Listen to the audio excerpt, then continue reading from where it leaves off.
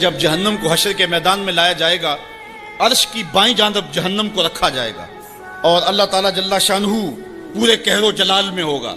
تو جو برے لوگ ہوں گے ان کا پتا تو پانی ہو ہی رہا ہوگا، لیکن جو نیکوکار ہیں ان کا دل بھی ڈول رہا ہوگا، کیونکہ بڑے خطرناک جو ہے وہ لمحے ہوں گے۔ ہمارے ایک ٹیچر ہوا کرتے تھے ریاضی کے، تو وہ بڑے جلالی ہوتے تھے۔ کبھی ہمارا ٹیسٹ لیتے نا تو دوسرے دن جب وہ آتے نا پیریڈ میں، تو باوجود پتا ہوتا کہ سوال ٹھیک ہم نے کیے ہوئے، بعد میں چیک بھی کیے ہوتے، لیکن جب وہ ڈنڈا لے کے داخل ہوتے تو سب کے پتے پانی ہوتے، پتہ نہیں کس کی کم بختی آ گئی ہے۔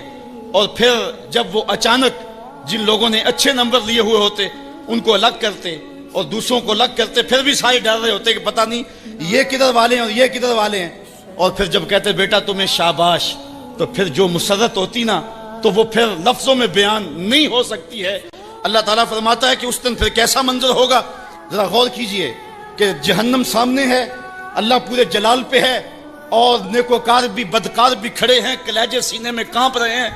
پھر اللہ تعالیٰ جو نیکوکاروں کا ان کو الگ کیا کر کے کہے گا، اے اطمینان والی جانو تم رب کی طرف آ جاؤ، اس حال میں تمہارا رب تم پہ راضی ہے اور تم اپنے رب پہ راضی ہو۔ یہاں مفسرین فرماتے ہیں کہ رب کا بندے پہ راضی ہونا یہ بھی بڑی بات ہے،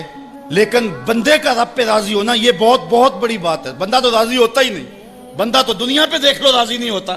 لیکن اس دن کیسا منظر ہوگا۔ اللہ تعالیٰ جب بندوں سے پوچھے گا تو بندے کہیں گے مالک ہمیں کیا ہوا کہ ہم راضی نہ ہو، تو اللہ تعالیٰ فرمائے گا تمہیں ایک اور چیز دینے لگا ہوں،